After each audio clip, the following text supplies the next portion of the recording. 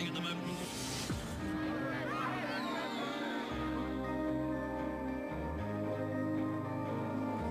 The gloves are coming off as we head to Durban for the West Bank Super Series Durban Street Race. This is the Bridgestone Production Car Championship.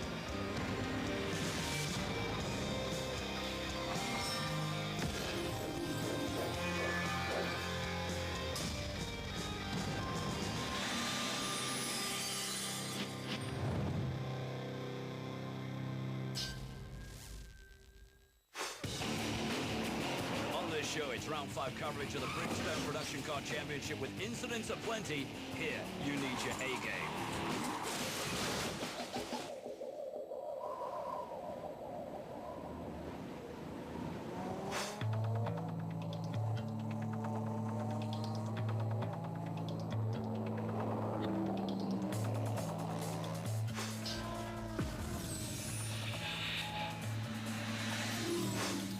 In the shadow of the Moses Mabhida Stadium, it's day 1 and qualifying would combine Class A and Class C. It was not going to be easy. It would be a unique experience for the drivers and in particular the general public. It is the South African version of Monaco. See you later. Just the beginning. In conjunction with the Top Gear Festival, we brought South Africa's elite motor racing series, or at least part of it, to Durban. With May, Hammond and Clarkson in the house, there was much to see and hear.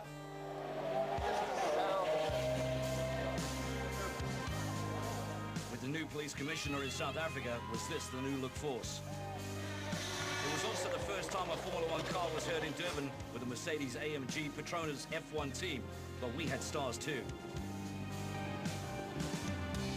The teams would have to be street smart, setup would be key, as would pole position. Formato second in the championship. Could Bonafide get the monkey off his back with a win?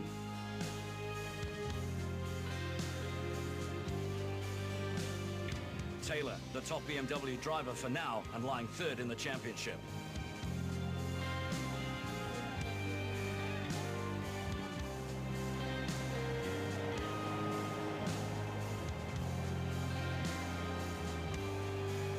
The pit complex looked fantastic, with all the teams looking colourful and professional.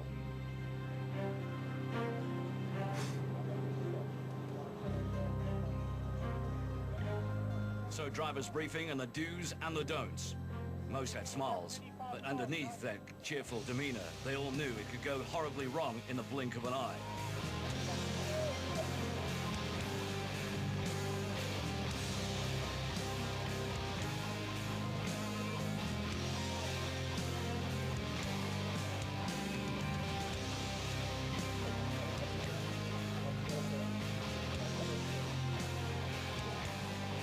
So BMW, Audi, Opel, Volkswagen, Mini and Ford. We're now going to take their machines to the streets of Durban.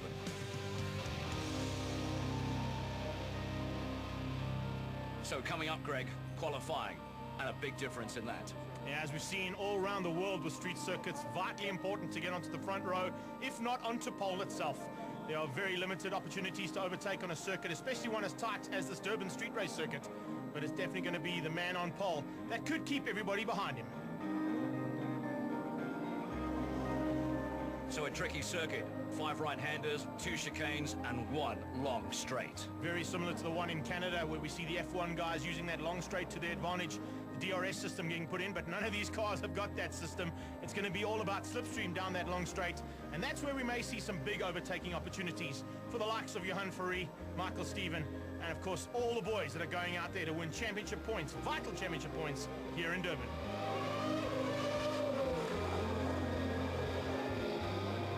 So maybe thumbs up right now, but will it be thumbs up after qualifying? Well, as we know, normally on a race day you've got the Friday practice sessions to get your cars dialed in. They've had 15 minutes on this track. That's not a lot of time to get a car set up with the kind of conditions that you'd like and of course the pace that you require to win championships. But we've got the top drivers in the country in Bridgestone production cars, and they're about to go and do battle on the streets of Durban.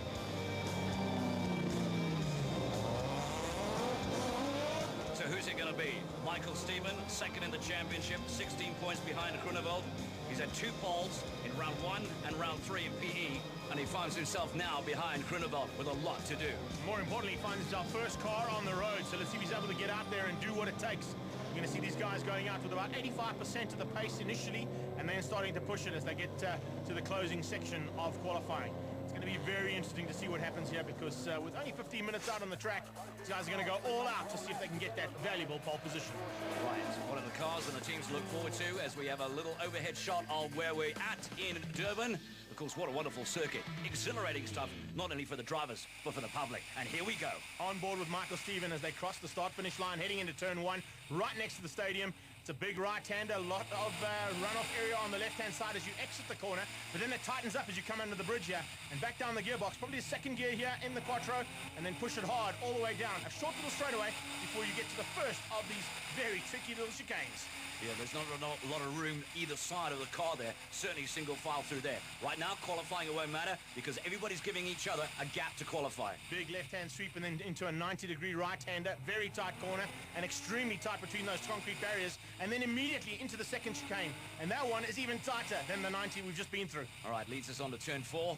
And of course, the one to look forward to is turn 5. Lots of gap, and you can really gap it down there. But right now, a little change in the circuit, a little sort of a left-hander, and right now they're coming into turn 5. This will get them down to the start-finish line. Now, this is where we're going to see the overtaking maneuvers come if they do. As they cross under the bridge here, you're going to see these guys absolutely flat out. If anybody is in the slipstream, this is where the advantage will be.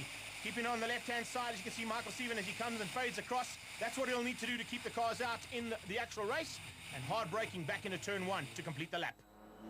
Front grip, absolutely paramount, Greg. It's going to be definite. You've got to be on the front row. You've got to be on pole position. And that's what these guys are all aiming for. The 2 BMs pushing hard. You can see just how hard Michael Steven was as we were on board with him there. And, of course, his teammate, Chop Sapuka, and the other Audi drivers are going to be looking to get onto that front row and use the 4-wheel drive. Because, remember, it's also a rolling start for these guys. So the BMs are going to be at a bit of a disadvantage. Rolling start for Class A and also Class T. And, of course, in the mix and leading in the championship at the moment, Graham Nathan. And he's driving that GTI Golf 6. His stablemate is also driving his ex-championship car, which is a Golf 5. Looking at Van der Linde on the pace at the moment, and he's turning in a really solid lap. Change of surface flag being shown to him, so there might be a little bit of debris on the circuit somewhere. It's not going to affect his maneuvering here, and he looks pretty menacing, I've got to say. Probably either quickest or second quickest out there so far. It hasn't been the start that he's wanted to the season, but he's certainly starting to come into his own. Oh, Johan Free runs a little bit wide, and so does Michelle Singh. Singh into the wall. This could be red flag. If that's the kind of damage that's been done, expect a red flag shortly. That's qualifying over. There's no doubt about that. The ruling. Oh, another big one, and this is Nathan. Nathan's gone into Faree. Faree was coming back through the slips road, and Graham Nathan tried to avoid the crash that was in turn 1. He went down the slip road as well. Faree was coming back head on. And Formato didn't turn in as was expected, and you saw him going down the slip road on the far left-hand side. Let's get a replay of this. Well, this is on board with Nathan. You can see him coming up. There's Formato. Formato slowing down dramatically. He must have got word on his radio that the incident was in turn 1. You can see Graham has a look and sees the problem and just gets a slight tap there from Formato. Hello, Johan Faree. Wow, well, I think Formato would have felt that because Graham Nathan was coming in so hot, he would have actually gone past him. Then he could have turned in. No chance there. Nathan was hot and on it. Yeah, I can see just a little squirrel tail coming out there and bang into Faree. So that is one GTI 6 and one Audi S4. Probably done and dusted for this one. And a Pertec BMW. This is the Pertec BMW's view. As you see, Johan Faree, he gets on the brakes for turn 1. He knows he's not going to make it, so he backs out, goes down there. Target fixation from Singh, and he just doesn't make the corner and ends up in the concrete barrier. And that is one Pertec BMW. Game over. Only after 2 laps of qualifying, it looks like Michael Steven's going to get pole. Second place is going to go to Etienne van der Linde in the Aprox BMW. And it's going to be another BMW on the second row, just behind Melville Priest, with Anthony Taylor at the wheel of the second Aprox car. On the next row in Class A, it is Chop Sapuka in the other Audi, and then Henry Groenewald in the Subaru. First the Subaru's there, but followed closely by the second of those Pertec BMs. But I don't think Michelle Singh will be on the grid, and neither will Johan Faree. Well, Darren Love and Moday didn't have a chance to really set a fast time, but they will be promoted up to row 4. In Class T, Jacques Joubert takes his first pole of his career, and alongside him, Gennaro Bonafini. Lee Thompson in the John Cooper Minis works. We're looking forward to that, and then Gary Formato. Sean Germany is behind Graham Nathan, but I don't think Nathan's going to make it out, so that's going to mean Sean Germany in 5th place, and Michael Van Rooyen up to 6th, and Gavin Cornier to 7th, which puts the Jive GTI of Ibrahim Levy at the back, but in 8th place. R24 and the Kyle Army Marshals. Lots of work to do early on.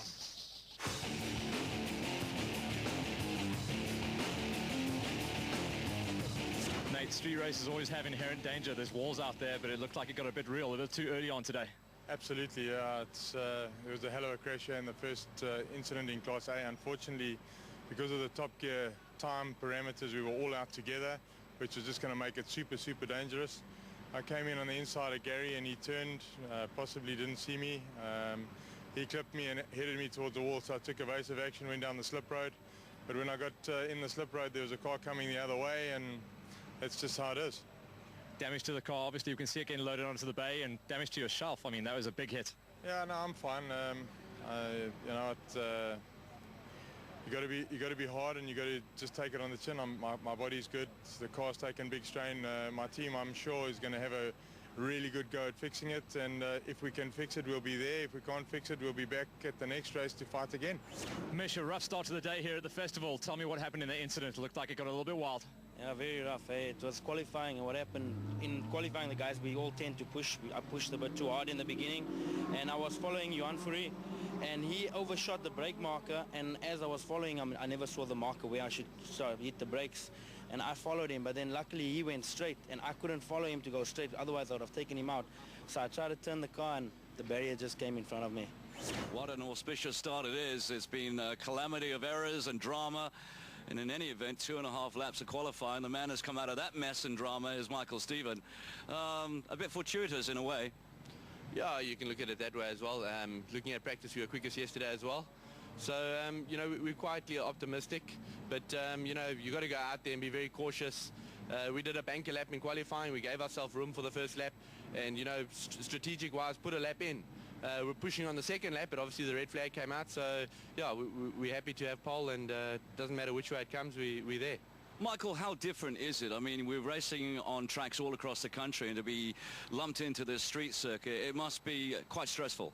Yeah, it's pretty stressful. You know, it's not a track that we know, and there's absolutely no room for error.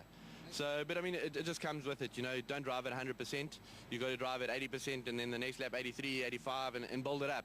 And fortunately, we had about 10 laps yesterday that we could do that. And this morning, you know, we start off where we left off yesterday. So I think the times will get quicker as the day goes on. But yeah, the main thing is just to keep it all together. 2.5 laps out of qualifying, there was drama, but the man who managed to get it on the front row and second quickest, Etienne van der Linde, a good result nevertheless. Yeah, I think considering the conditions, we normally need a lap or two more than the four-wheel drives to get heat into our tires. But I had that in the back of my mind that we could end up with a red flag situation, which happened. So I was fortunate enough to get a pretty decent lap in. Obviously would have liked to be on pole here, which is key, but I'll take second. Qualifying, and the youngster, the rookie in the season of production car racing, and your first time on pole. Well done, Jacques Joubert. Thank you. Yes, the car setup from practice yesterday has been amazing. I can only thank Graham Nathan for their setup. The team really, Indy Oils, Centro oil works perfectly for my GTI 5. If it wasn't for the team and everybody backing us, this pole wouldn't be possible. It's not a bad pace car to set things off, but the cars behind are eager to get to battle here in Durban, Steve.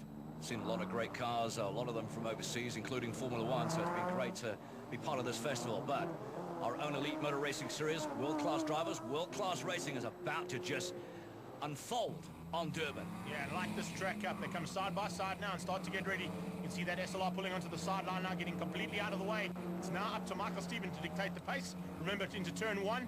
And coming onto the main straight, there are going to be double yellow flags. So it's line astern until we come out of turn one. And then into turn two, the green flag should be waving. Look at how tense this is. Man, I would love to be behind the wheel of one of these cars right now as they come down towards the start line. Michael Stephen waiting for that green flag. As soon as he gets it, he's going to be flying. He gets on the loud pedal, and away he goes into turn one. Right behind him, Etienne van der Linde, not letting anybody get and sneak ahead. Melville pre-slots into three. Fourth place is Taylor. Fifth place, Chop Sapuka.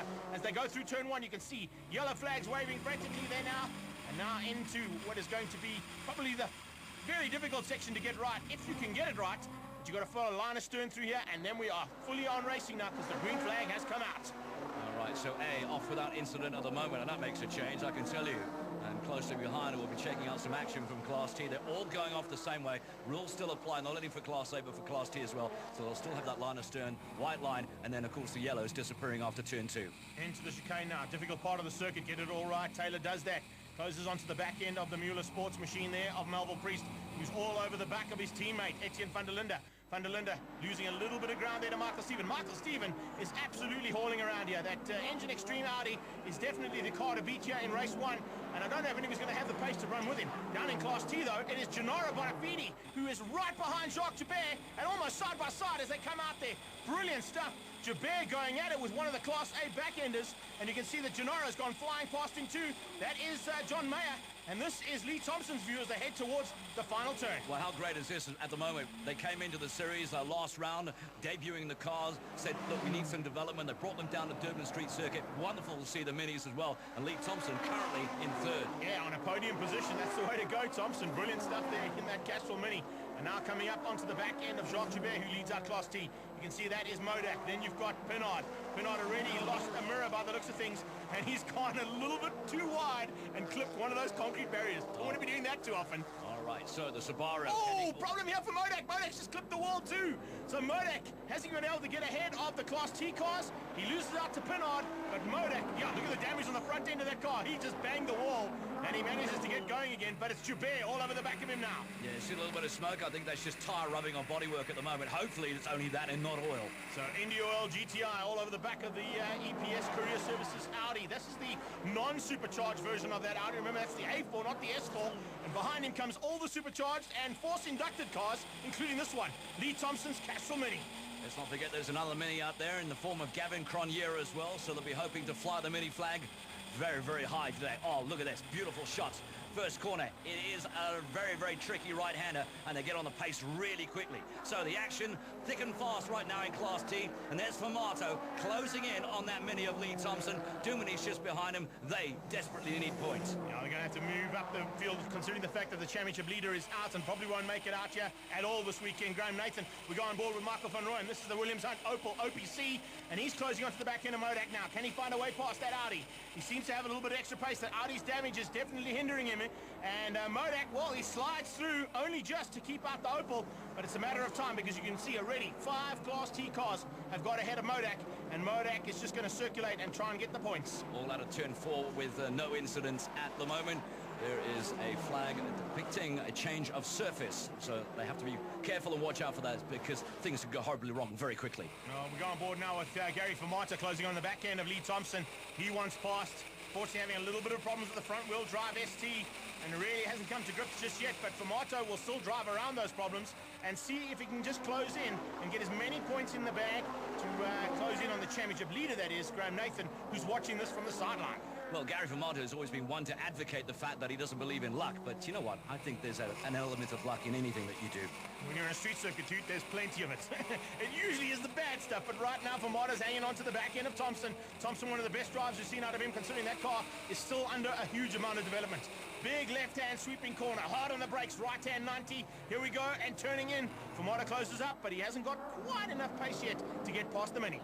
What's been quite apparent at the moment is the fact that Class A and Class T are now really in the mix. Yeah, they certainly are, and you can see the battle between the second of the Audis there, Melville Priest, and Taylor's heating up. And here's Taylor, as we said, kind of like we see in Canada with the F1s, down the big straightaway, uses the slipstream of the Audi and blasts past him under braking. But look at that, Priest comes straight back at him. They're almost side by side, but Taylor's got it for turn 2. Oh yeah, he has to be careful. There's no ways you get 2 cars going through there side by side. That's no doubt. In fact, lots of parts of this track, you just can't get 2 cars side by side. You can barely get 1 in certain sections, dude. It's that tight. But it's awesome to be back down in Durban. And, of course, West Bank Super Series here as part of the Top Gear Festival. And what a festival we're putting on here. There's no doubt about some of the best conditions and some of the best racing we've seen all weekend has come from this particular category. Last time they were here was 4 years ago, and for many, they've never been here. So it is a level playing field. I mean, it's not like they've got a lot of data for this racetrack. In fact, they don't. Gary Formato sneaking up on Thompson. and sneaks through. Very similar to what we just saw between Taylor and Priest. Famata must have had a little bit of an onboard camera somewhere and watched that maneuver and pulled it on Thompson. They go through turn 2. Thompson looks in his rearview mirror. He's got Sean Germany on his tail, and he's got Famata ahead of him. So here's the meat in the sandwich between the two forwards. What puzzles me is the fact that we haven't seen Gavin Cronje in the same shot. Normally Thompson and Cronje are normally thereabouts. I think he's just battling behind Michael van Rooyen at the moment and hasn't been able to find a way through just yet. You can see the pace is definitely picking up at the front end. And Jacques Joubert, the Stiglet, has got this down to a fine art. He really is just cruising through the circuit, and right on his tail is the second of those GTIs, but it's the GTI 6, the Ferroto-sponsored car of Gennaro Bonafide, sitting in second. Well, I think his age is also counting in his favor, because when you're that young and you're a rookie, you're fearless. Yeah, no fear is the option there for the two drivers at the front end. These guys are a little bit more saddle weary and, of course, a bit more seat time than the front two, and they're going to realize that if they do push this hard, there's a possibility of something going wrong and ending up with your car on the side of the barrier or even over it. Still on Class T, I was very, very impressed to watch Gennaro Bonafide circulating in practice. Did some good lap times as well, so he'll be happy with the way that the team is performing, particularly the car. Well, considering the fact he only got here this morning, he's going to be very happy to get onto the front row after only 2 laps of the circuit in its entirety. Is a brilliant effort there from the young man. But let's see if he's able to keep it all together now and keep it on the track. As you can see how hard Germany is starting to put the pressure on the back end of that Castrol Mini. So incidents are plenty so far in the early stages of this particular race, and most of that in qualifying. A few little nudges, and definitely there'll be rubbing racing. Yeah, rubbing is racing is how they call it, but Anthony Taylor starting to close down on his teammate now. It's BM's 2 and 3 on the road. They want to catch the Audi in front, but they also don't want to end up in the wall. So let's see how Taylor puts the pressure onto Van der Linde. Van der Linde has got some street race experience, him and his brother participating when they launched Mini here in Durban a couple of years ago. And of course, they were out on a track a little bit further down the road than where we are right now, but definitely got some kind of concrete barrier experience behind his name, so he'll be able to keep out his teammate and should be able to stay in second place. Certainly our superstars down from Johannesburg doing a sterling job, but just looking at some of the lap times of 1:03. Michael Stephen on it. In fact, it puts... my word! Thompson gets nicked there by Germany and put into the same barrier as we saw the Pertec BMW go into. That Castrol Mini might be second hand. That's the race. I think they're going to have to red flag this because he's in the same position. Here we see Michael Stephen. Yeah, there's the red flag coming out. He's taken the victory because as soon as the red flag comes out, we've done enough laps now for them to call the race. It's 6 out of 10. Oh. And there you go, cars pulling into pit lane. Stephen takes it, Etienne van der Linde in second, and Anthony Taylor will finish up in third. But let's have a look at that incident between the Thompson Mini and Sean Germany's ST Focus. It looked like Sean was going for a do-or-die maneuver. He tried to get it on the inside. Watch as they come through. This is a reverse angle. There goes Jacques Joubert and Gennaro Bonafide. Famata comes through for third. There's Germany up inside and just tags the Mini and puts him in the wall. He's going to get some asked questions about that. Stephen picks it up. Well done. Etienne van der Linde second. Anthony Taylor third. Melville Priest. Shop Sabuka fifth in Class A. Sixth place goes to Grunewald in the Subaru. Then Darren Lobb, Modak, Mayer in ninth, and Pinard eventually 3 laps down in 10th. Michael, it was kind of obvious in this format of racing and how tight the track is. Qualifying was going to be key. You qualified first. You won out. The plan worked. Yeah, most definitely. Qualifying was key. We started in front, managed to build a bit of a gap in the first lap. And I was worried about the BM behind us on the first lap. If it was close enough, we could have it go into the first corner. But we managed to do that, and yeah, and then just keep a nice steady lead from there. And then the red flag came out. We knew it was going to come, I guess. Yeah, I think, inevitably it was going to come out sometime along the race. But at least we did a few laps, and, we had a race of it, so it wasn't just one lap and in. So, yeah, it was good to be out there and, good to drive on the circuit. Well, Etienne, like I was just discussing with Anthony, very hard to unleash the big ponies on the BMW down these straights. It all has to be done off the start. Yeah, I mean, pretty much the fact that we started straight out the pits with no warm-up lap, that put us even at more of a disadvantage. That gave Michael just a slight jump in the beginning. But after that, once we got tyres up to temperature, we settled down. We had pretty much the same pace. It was pushing hard, but within margins. I don't know about margins, dude. You were coming around that turn completely lit sideways. Was that trying to get some more temperature in the tyres or what? No, just using all the track. And big BMW horsepower, unfortunately not able to be unleashed on the little track. Yeah, no, look, it is a bit difficult for us. We've got one long straight here where we can let the legs hang loose a little bit, but you know, on the whole, it's quite a tight circuit, so it's all in and out stuff. So the Audis aren't getting too much of an advantage over us, although at the start, that's where they do get the gain because our tyres are still very cold. We don't get enough time to warm them up, but you know, I managed to pass one of them, which is good. So you know, I think there's potential for the car to run in the front, and but the biggest thing is just to respect the walls. You know, to move them around is not easy, and you end up second best normally. I mean, we've already lost 2 cars this weekend, so you know, we don't want to have any more of those. Streets are friendly to the Stiglet as he takes his inaugural win for Bridgestone Production Cars Class T. Bonified in second for Marto Thompson and Germany, your top 5. Next up, Michael Van Rooyen in a very, very sick OPC Opel. Gavin Cronje in the other Mini. And then Ibrahim Levy. Jobs, it's funny how this works out. You go straight from your first pole position ever to your first win ever. I love it. I mean, it works out that way. It's amazing, really. I've got no words to explain how ecstatic I am just standing in front of you. Really, I must just thank the team, Graham Nathan. The setup is superb on this car. The champion, it is his championship car, definitely for sure. Everything dialed in perfectly. The race start went perfectly, and I can just thank all the sponsors, Indy Oil, especially the Centro Oil, definitely amazing. Gennaro, second place will probably feel like a win to you as far as the championship goes, because you're up there just ticking off points every single weekend, and even down in the street race, you're up there. No, for sure. I mean, a great race. The guys have worked hard for this race, and coming down here, I'm obviously missed yesterday's practice session, so qualifying was 2 laps out there. So, you know, going through turn 1 thinking, okay, let me learn the track in the first race is quite epic, but it was a good race, solid race, got close to the wall a couple times, a bit of mirror clipping on the walls, which is epic. You know, this is how it should be. Gary, all about just consolidation this time around. If you couldn't qualify first, it was going to be very, very hard to win this one. Yeah, it was indeed. But you got to have the right setup for the track, and we are struggling with our front end grip on the car. So, you know, this is the kind of circuit where you can't run off by an inch or a couple of mils, whatever it is. So you need to drive accordingly. You know, with the kind of practice we've had here, it wasn't really, you know, what we need. We could have done with some more, but I mean, hats off to Jacques and to Gennaro. I think they both did a great job. I mean, Gennaro only got here this morning, so yeah, both those cars going really well. Talk us through the front end. Are we talking about like a little bit of understeer or just spinning up? Because there's a lot of power down here, of course. Yeah, that's the thing with the front-wheel drive car, and you know, it's the problem. You know, you've got to brake it, you've got to turn it, you've got to accelerate it, and then if you're not dialed in, it basically eats the tyres. But you know, here it wasn't really an issue of tyres, it was just basically keeping off the wall. So a bit disappointing actually. You know, I thought we'd have a better race and be able to be in it, but we were just basically hanging in there and just waiting for the checkered flag.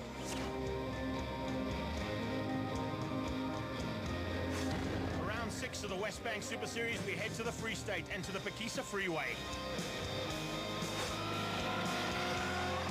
The 4th of August, make sure you're down at Pakisa. Racing starts at 10 o'clock. Join us after the break for more action from the streets of Durban.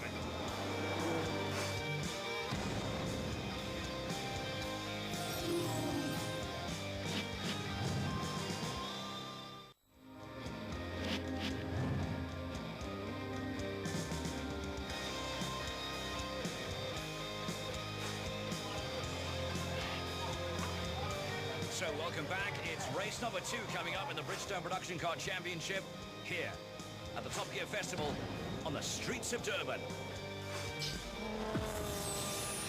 So again, qualifying comes up in Class A and Class T, Greg. Van der Linde and Michael Stephen, the 2 protagonists, setting down the fastest lap so far. Will we get more than 2 laps in, though? That's the more important aspect to look at. Chopsapuka looks good this morning, and I think he might be itching to get a bit higher up on the grid. Darren Lobb in the Pertec BMW, the 335i. There is Michael Stephen, pole sitter and race winner of race 1. Looks good. There's a possibility he might be on the front row again. That's, of course, unless the BMWs have found something special overnight, which I think ADS Motorsport might have just done. So there is Van der Linde. Of course, looks like he's going around his racetrack at a blinding pace. He's definitely setting a hot lap here and possibly going to steal the pole away. Let's go on board with him as they go under the start-finish line towards turn number 1. Hard on the brakes. Remember, this is a rear-wheel drive car. We got an option of seeing the Quattro system in work. And, of course, the onboard coming from Michael Stephen in the first part. This is the second part. Into turn 2. Very tricky corner to get right. Those walls just keep closing in on you all the time. Yeah, second gear. And through that little chicane, they're really on the pace at the moment right now. They've got a really nice, long, sweeping lefter. And of course, you can pass on the inside, on the outside as well, and then it's hard on the brakes for turn 3. You've got to be very, very quick and very good on the brakes to get up the inside of turn 3. Then you've got a tricky little chicane. This one's going to catch a couple of guys out. It did yesterday. And you've got to make sure that you don't clip wing mirrors or anything else on the car, because it could end up with some serious damage. This is where the cars really gather momentum out of turn 4 and on their way to turn 5, and then it's the big drag, the big sweep all the way down to the start-finish line. Yeah, give it everything she's got now. This is what you've got to do.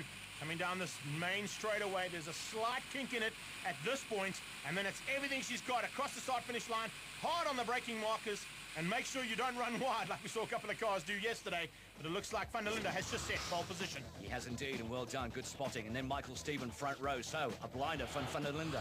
Third place, Melville Priest. Right behind him, a street specialist, Darren Lobb, also with some experience in fourth. On the next row, Chotsabuka in the other Audi S4. Henny Grunewald in the Subaru. Not a great day so far.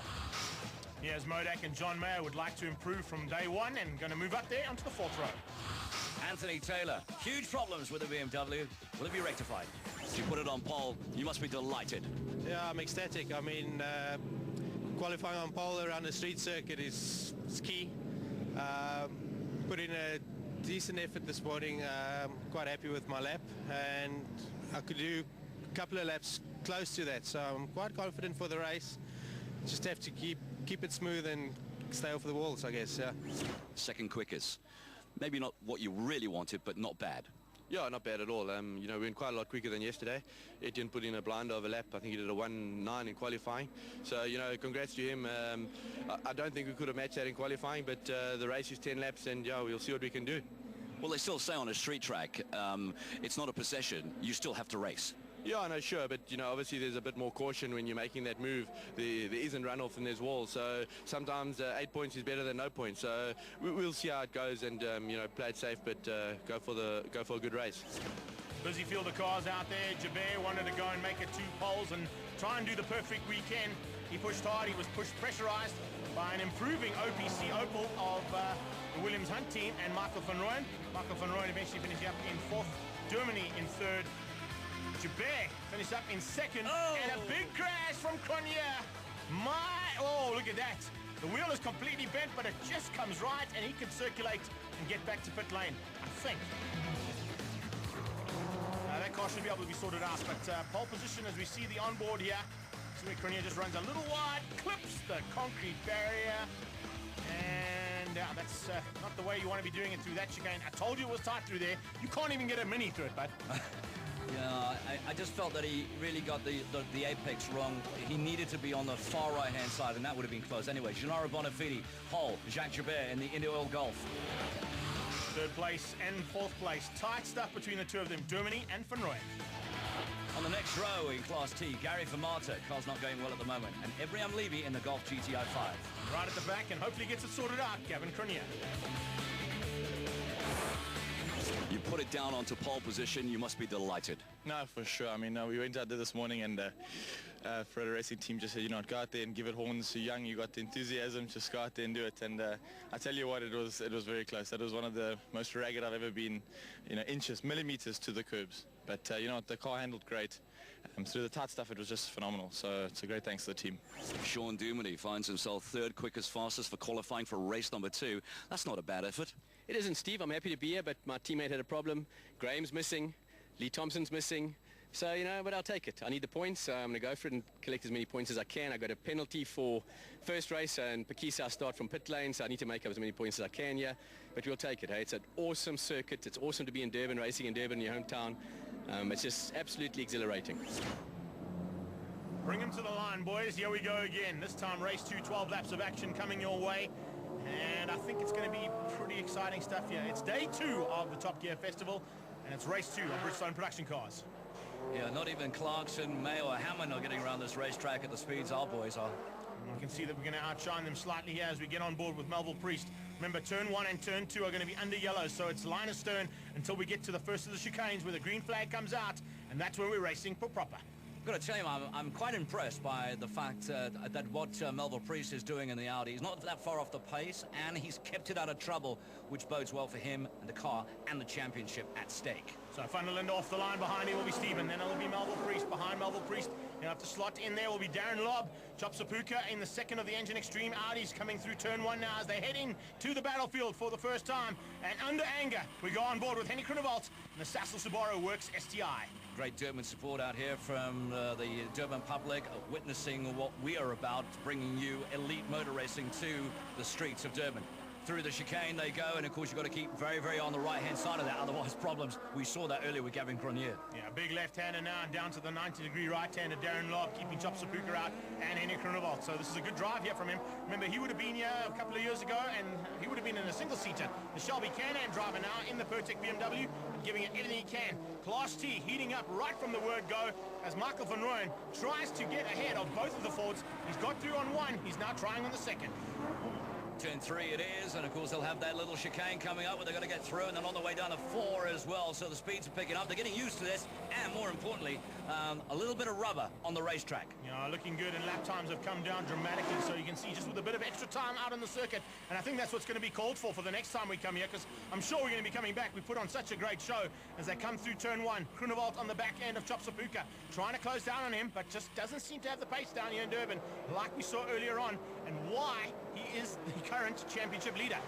Well, it is unusual because these cars, the Subarus that we're talking about from Pennard and Henny Groenewald, do perform well. We know they perform well at the coast. This is the coast. Now, unfortunately, just not getting to grips, and you can understand why with only a couple of... oh, there's a move. Lovely. From Marto sneaking through and gets ahead of Van Rooyen. Now, Van Rooyen was looking to do that to Germany. He wasn't able to do it. The Opel also battling slightly here. But, of course, Williams Hunt team will be on that car and getting it ready for Pakisa. Yeah, you know what? The Fords are not at their best at the moment. I mean, Gary Famato will be the first one to tell you, just looking at the lap times as well. They're battling on the front grip as well, so not having a great weekend so far. Yeah, he'll be the first to tell you that they just need the points. They'll get out of Dodge here with what they can get. Gennaro Bonafide, though, he's very happy where he is right now, leading out Ferodo GTI 6 versus Indy Oil GTI 5, then the two Fords, and it's Duhamel and Famato. So the hometown boy is in third place and sneaking up onto the podium ahead of his teammate. Whether that's going to stay the same or is he going to give him an opportunity to possibly sneak through? So Van Rooyen at the back of these two Fords at the moment, trying to do what he needs to do, which is get points, not having a great weekend so far. But early days, anything could happen here. Michael van Rooyen is going to be closed down if he doesn't get a little bit of a move on, though, because Gavin Grenier in that damaged Mini John Cooper Works is just behind this car, and look at how the Fords are pulled away there from the Williams Hunt OPC. You can see these three cars, unfortunately, not in their swan song down in Durban, but definitely just out there to get as many points in the bag, considering the fact that, once again, the championship leader is on the sideline. Well, if you're talking points, Greg, as you were just a moment ago, I mean, we're looking at Famato behind Duhamel. The points are valuable for Famato. I guarantee that Duhamel is going to let him through. Now, that's probably what we're going to see. It's teamwork there between the four drivers at the front end, though, of Class A. It's all about Etienne van der Linde. Two Audis behind him. Then the Pertec BMW of Darren Lobb in fourth place. Brilliant drive there from the Lobster. But they come down onto the braking mark because Chop Sapuka is behind him. Hasn't found a way past just yet. I don't think we've given him enough credit, Lobb that is, because, I mean, this is only his second round and he's doing a sterling job in that Pertec BMW. Considering the fact that it's a circuit that nobody knows, and he's learnt it very quickly and has managed to well, fly the flag high there, not only for his team, but for BMW in general. Class T, and there's the leader at the moment, Gennaro Bonafide in that GTI 6. There's the Golf 5 of the Stiglet, and the two Fords are having a lot to do to chase down, and so is Michael van Rooyen. They're really battling with conditions now, but I think it's going to be settling and surviving for the day and taking home the championship points, as we said. As they come down onto turn 2, look in the background there. Another man who's had some street race experience here in Durban, Gavin Grenier and the Castrol Mini. Last time out, he was in a Formula Volkswagen styled car known as A3, which then eventually became Formula Volkswagen. And of course, we'll see the Formula Volkswagens next week in action here from Durban. Yeah, but Famato's been here as well, and so has Lobb. Lots of experience when it comes to street circuit racing, and that's why these guys are getting to grips with these conditions and the circuit so well. Getting to the closing stages now at the front end. No one has had an answer yet to Etienne van der Linde, and it doesn't look like Chop Sapuka has found a way past that Pertec BMW of the Dazzler. So the Top Gear Festival at the street race in Durban. I mean, I don't know if it's just me, but have you seen the physique of the Stig, the British Stig, and then you kind of look at Gary van Martin and you kind of go, Right, let's not not go too far into that one, but we know Michael Schumacher was bust as the stick, so it could be him because there was that particular Mercedes-Benz that drove around this circuit. Anyway, at the front end, it's Michael Steven and, of course, Etienne van der Linde battling hard now for the honours. Third place, Melville Priest, he'll be very happy with this, and this is a great recovery from him, considering the fact that he's had such an up-and-down season. Yeah, no, I agree with you 100%. I think he's having a sterling weekend as well, and of course he loves it down here too. Coming through there, that is fourth place. Fifth place is the second of the Engine Extreme Audis, and Chop Sapuka pushing hard, but not able to find a way through. You can see just how difficult it is. Pole position, we spoke about in qualifying, so important to get. And you can take a race victory from it. And if you don't get good drive coming out of 5 and onto that back straight, there's no way you're going to find a way past any of these cars unless you do a do or die dive, like we saw from Germany. Yeah, alliteration aside there. So, the big news here is that Groenewald hasn't been on the money or on his game this weekend, which is going to allow Michael Steven to bag some points and close the gap. John Mayer moving over as Gennaro Bonafide's GTI 6 comes flying around. He's outside. I think Jacques Joubert will probably get him by the time they get to turn 1. And I think that's exactly what Germany and Vermato will be looking to do early on. You can see that it's changed up there. Vermato's in third. Michael van Rooyen now fifth place, closing in on Germany. Yeah, I think also Mayer mentioning that BMW as well. A lot of BMWs out there. I think he's doing the right thing. He's not on the pace, so he's just staying out of trouble. Good move there. Not a bad effort there from the Tricor machine as they head through into turn number 3. Little chicane coming out of 3. And now onto the big left-hander. This is where you can give it everything she's got. And Michael van Rooyen, watch him close down now as he gets onto Germany. Germany will be looking and expecting that BMW to come into sight any second. They might be able to do him on the brakes. No, they're not going to get there just in time. They'll have to wait until they go through the chicane. So through they go, line astern, and Michael van Rooyen chased him down, as Greg has said, and just in the front of that, of course, the two cars, the youngsters of Gennaro Bonafide, just a little older than young Jacques Joubert. Joubert just having a sterling weekend. He is loving life down here and probably going to be crowned the king of the streets of Durban. Michael van Rooyen, he is working so hard in this Williams Hunt OPC. You can see it's just not his day today. But remember, we're going to Pakisa Freeway. And last time we went to the Pakisa Freeway for Bridgestone production cars, he was right at the front. What are they going to do with all that space? Exactly. You know, get to the track and go, man, we love Pakisa. Hard braking for turn 1. Turns in. This is the lead, second place, I should say, and actually coming under pressure from third. So Vermato has upped his game here slightly, and the Stigler has got his work cut out for him in these last couple of laps. Yeah, I noticed that gap getting smaller and smaller. I mean, and I think Vermato made a mistake earlier on, close to the start of this as well. So he's spent most of the race trying to actually claw back that gap, and is now bringing pressure to bear on the Stigler, but I don't think he's got enough. Michael Steven looking to possibly take overall victory, but he's going to have to be closer than that, than what he is right now, I should say, as they come into turn 2. Powers on and gets behind the BMW, but hasn't closed him down. And you can see in the background a nice battle for third there. Still hasn't been sorted out just yet. As Melville Priest looks in his rearview mirrors, he's going to see the second of the Engine Extreme Audis.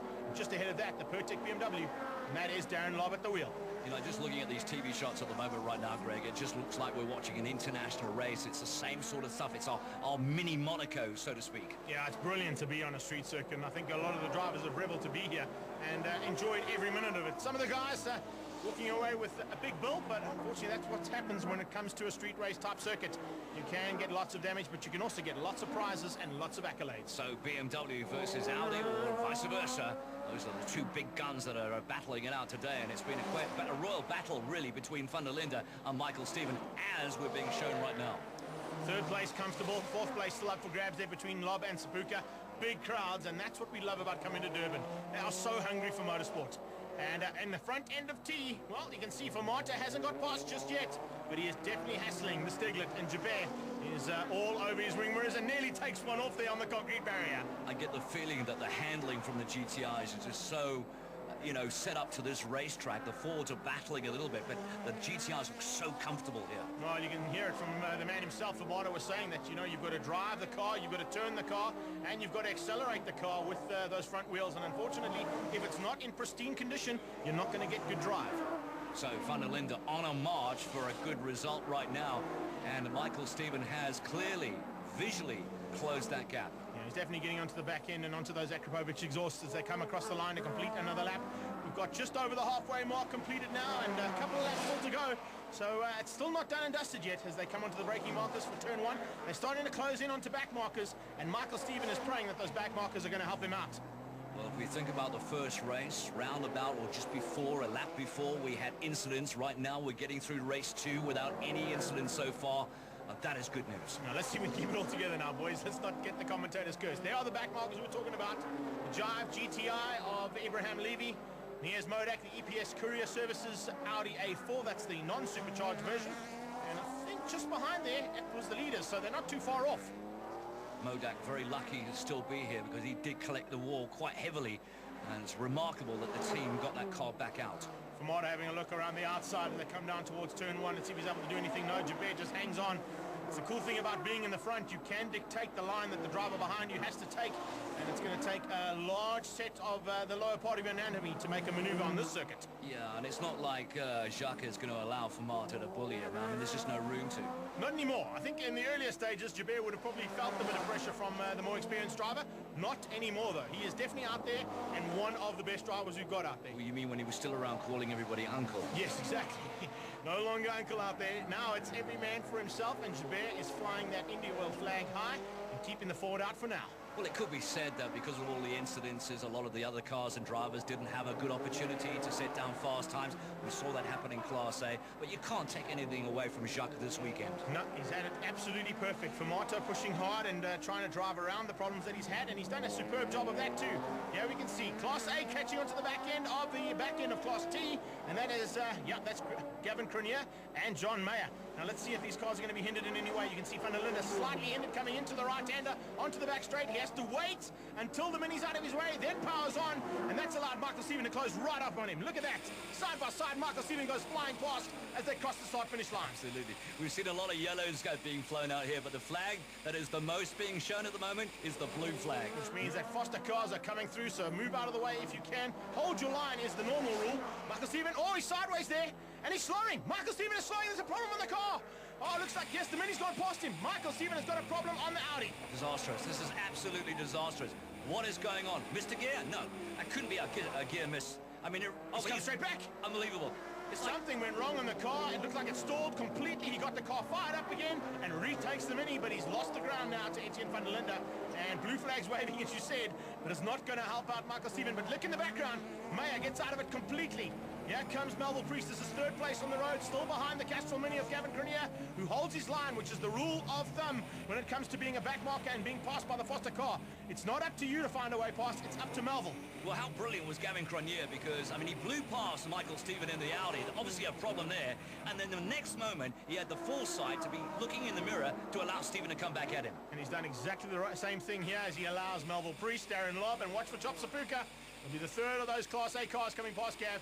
Gav just out there, and he's trying to keep the Mini nation happy out there, but unfortunately, it looks like it might be a little bit too little too late as Van der Linde takes the checkered flag and race to victory in Class A. What a great result and what a fantastic weekend it's been for Bridgestone Production Car Championship Racing. But it's not over. Here comes your winner, Class T, Gennaro Bonafide, the monkey, finally off the back. Yeah, hallelujah for that one. You can see on the left-hand side there, the Monster Boys are happy with his performance as they goes flying past, and now comes into the final turn. He's got enough room there to start showboating slightly. They're not going to get a sort of a slow-down lap to go and thank the crowd, so it's now or never time, and that's exactly what Gennaro's doing. Across the line. Sideways City. What a surf city, you're allowed to surf across the line. It's tarmac surfing. But you need a board. Well, Gennaro Bonafide, a very happy man. As you said, the monkey is off his back, and Ferodo GTI 6 takes its first victory. But the man of the moment and the king of the streets has got to be the Stiglet, Jacques Jabir. So we're going to get some confirmation of those results for race number 2. It's just turned out to be such a spectacular day. So, here we have it. Etienne van der Linde, Class A. Michael Stephen, second. Melville Priest, Darren Lobb, Chop Sapuka. Anthony Taylor comes through for 6. Modak and Henry Krunevold with John Mayer down in 9th, a lap down. Race 2. I said all weekend you were looking menacing, and you proved me right. Well done, super drive, and the winner, setting the fastest time also out there in a rear-wheel drive BMW Team Afrox, Etienne van der Linde. It doesn't get better than this. No, not much. Yeah, coming from a dismal Swartkops round, we worked quite a bit on the car, preparing it for you, and yeah, it went well yesterday. We didn't do a full quali, but still ended up second, but as everyone knows, qualifying on pole is key around the street circuit, and so basically I had half the job done this morning when I stuck it on pole, and yeah, the car just ran like a clockwork this afternoon, and I just managed the gap between me and Michael, and yeah, great result. Pity we're not scoring full points for this round, but I'll take the win. What was the difference? And we saw it visually in terms of the gap between you and Eddie and van der Linde. It just didn't seem like you had enough to close it. Yeah, you know, I was a bit conservative at the start. You know, I just wanted to make sure I made it around lap 1 and then, you know, go racing from there. I closed him down towards the end. Second last lap, I was pretty much right on him coming onto the back straight. My car, for some unknown reason, just cut out of turn 1. You know, I just did a quick emergency, switch everything off, switch everything back on, jump start and go again. So we'll obviously investigate that. I think it cost us the overall win for the day, but, you know, coming with a pole win in the second, you know, is a good points haul for the championship. Happy, no doubt. Yeah, sure. You're always going to be happy. You know, we had a fairly average weekend building up to it. Quite slow on Friday, but we managed to put ourselves nicely up there in qualifying, both qualifyings, and then you just hold on in the race, you know. It's wonderful coming to Durban to a street race, you know. Year in, year out, we race the same circuit, so to have something as magnificent as a setting here and with Moses Mabhida and all the walls so close by, it's good fun. You've got to love it, I think everybody in Durban loved the action that was provided by Bridgestone Production Cars. Etienne van der Linde taking race 2's victory and about to be roosted by the 2 Audi counterparts. So typical of a BMW driver, can't get the cork out. Eventually does and gets his revenge. Gennaro Bonafide wins out. Official results there. Jacques Durban second, Gary Vermaata third, Germany fourth, and Gavin Cronje in the Mini. 1 lap down in fifth. Abraham Levy picking up the second last place, and then Michael van Rooyen disappointing in 7th. A great race result here in Durban. You and the team, I think it was worthwhile. No, for sure. You know, I mean, today we came out here to Durban. It was a big festival, you know, with Top Gear here, and it was a great opportunity to just go out there, an unknown track for everybody, and a level playing field, and just to go and show how it is. But, you know, can't thank the team enough. You know, Ferrero brakes was phenomenal throughout the whole race. I had no brake fade towards the end. So today, I was in control. Yeah, I think they will all be clamoring out there for the exact same brake pads because a lot of them lost the brakes out there. And that's a scary thought around this racetrack. No, for sure. With all the walls and everything, you know, you can never really push too hard. Even in the lead, that was one of the longest races I've ever had. I mean, going out there and on the radio, it says, okay, your lead is 3 seconds. Keep going.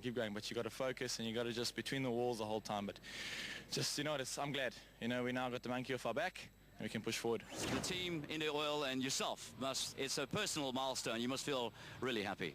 I'm really fortunate to be here. The track is being technical. It's one of the most challenging tracks ever because if you make one mistake you can end right there, and the car has been superb. Everything has just fallen into piece perfectly. Everything's just went too amazing. It just seems like that dogged bad luck is hunting you again. Look, I don't believe in bad luck or good luck. You know, you make your luck whichever way you choose it to go. So, yeah, we've got to just get the car going better. I think that from a handling point of view, we were off the pace all day, and of course we had issues this morning which didn't allow us a proper attempt at qualifying, and then that just kills you, you know. I think that we could have probably had a go at Gennaro, a race with Gennaro today. I think the car was good enough for that, but you know, as you said, you know, once you get behind somebody, the brakes start going, and it was 2 laps to go. I thought, you know what, let's rather just finish this race, take the car in one piece. I think we'll be doing a good job if we do that this weekend. So it was a little frustrating. I expected a better result this weekend. I certainly would have liked a better result this weekend. But we'll go to the next one and see what happens. Gennaro on top. Alongside him, Gary Vermaata gets the best of both of the youngsters. And see, Gennaro can't get a cork out either. This is the most important thing. Here come the points. So we got a brand new leader in the championship standings. Michael Steven overtakes Henrik Grunewald, and then the two BMWs, Anthony Teller, Etienne van der Linde, has bridged the gap. Unbelievably, and living up to his nickname, Graham Nathan heads out the championship points heading to Pakisa. Gary Vermaata has closed on him, and so has Jacques Durban, as Sean Durmany and Gennaro Bonafide fight out for 4 and 5. For more information on the Westbank Super Series, log on to westbanksuperseries.co.za and tag Facebook and Twitter.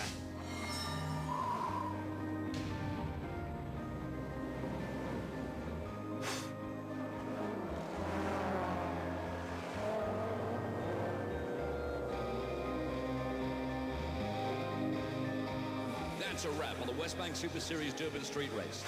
Next up is the South African Single-Seater Championship, as well as the Engine Volkswagen Cup.